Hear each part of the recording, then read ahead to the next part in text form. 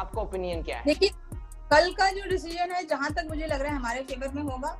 Chances हो सकते हैं एनटीए खुद ही ये बोल दे कि भाई हम इस कंडीशन में नहीं है कि हम एग्जाम कंडक्ट करा पाए, या अपनी जो भी उनको बातें रखनी है रखेंगे, और वो शायद कुछ टाइम भी मांग सकते हैं कि हम अपना रिस्पांस जो है, अपना रिप्लाई फाइल करें।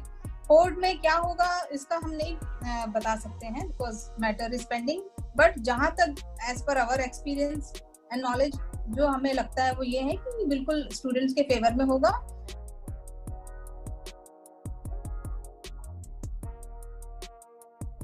स्टूडेंट्स के फेवर में होगा। हाँ, अगर एनटीए ने कुछ टाइम मांगा अपना रिप्लाई सबमिट करने के लिए, वो जरूर शायद कल टाइम मांगेंगे, उनको नोटिस इशू होगा। और अगर वो डायरेक्टली नहीं उसको कैंसिल करते हैं तो शायद वो टाइम मांगे कि हम they will get back to us. तो उसमें वो अपना रिप्लाई फाइल करके अपना स्टैंड क्लियर करेंगे कि उनके एग्जाम कराने के उसमें कंडीशन में है या नहीं है, या किस तरह से है। वो सब कोर्ट में वो सारी प्रोसीजर्स हैं।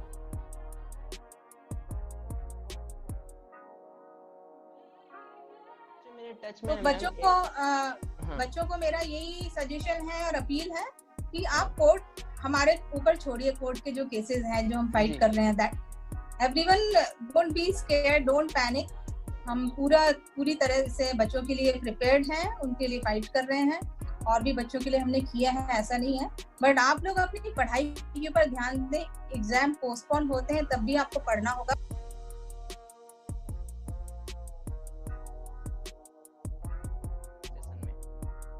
देखिए, इनके सॉलिड पॉइंट्स तो कुछ भी नहीं है। एक ही उनका एक स्ट्रॉन्ग पॉइंट है, वो है कि बच्चे स्ट्रेस में हैं। तो बच्चे जो हैं एग्जाम जो देना चाहते हैं वो तो स्ट्रेस में है ही, जो पोस्टपोन करा रहे हैं वो भी स्ट्रेस में है। इनफैक्ट जो बच्चे पोस्टपोनमेंट चाह रहे हैं वो बच्चे भी एग्जाम देना चाहते हैं। दे आर नॉट सेइंग कि हम कैंसिल कराना चाहते हैं, they want to appear for exam, but एक सेफ एनवायरनमेंट चाहते हैं। वो चाहते हैं कि हम में दे, भीड़ हो जाए और स्प्रेड हो इन्फेक्शन। एक कम्युनिटी डिजीज अभी हो चुकी है, कम्युनिटी स्प्रेड है। जैसे कम्युनिटी स्प्रेड है आल्सो सेड कि एयरबॉर्न है। तो इस वजह से बिल्कुल बच्चों में एंजाइटी है, स्ट्रेस है कि कुछ उनको हो गया, उनकी फैमिली को ट्रांसफर हो गया, तो ये आगे चल के उनके लिए बहुत रिस्क होगा। इसलिए बहुत से बच्चे शायद एग्जाम ना दे पाए इस वजह से, जो देना चाहते हैं।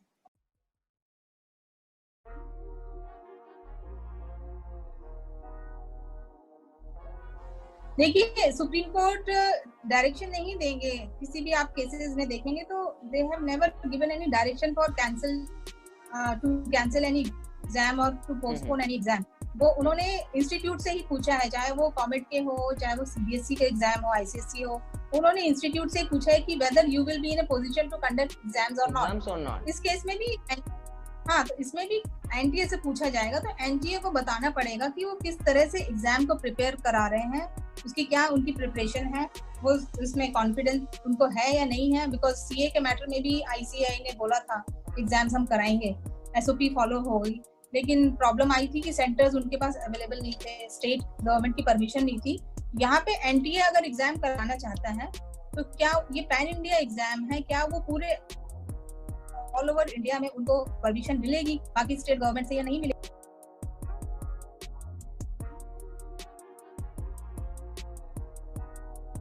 से हमको कि वो शायद एसओपी फॉलो कर पाए, इतने सारे चीजों को वो मैनेज कर पाए।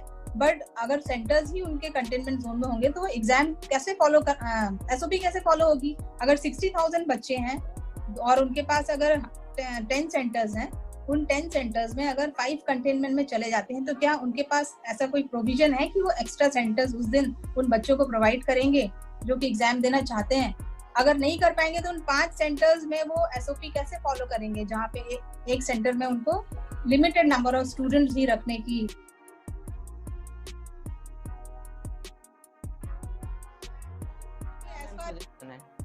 हाँ, जहाँ तक नो पोस्टपोनमेंट वालों का सवाल है, मुझे आज तक बहुत ही कम है, इतने 1 मिलियन ट्वीट्स हुए हैं 10 लाख बच्चों में। मुझे लगता है हार्डली 2-4 बच्चों ने मुझे फोन किया और मैसेज लिखा है कि मैडम हम लोग को आप सपोर्ट करो, हम एग्जाम देना चाहते हैं।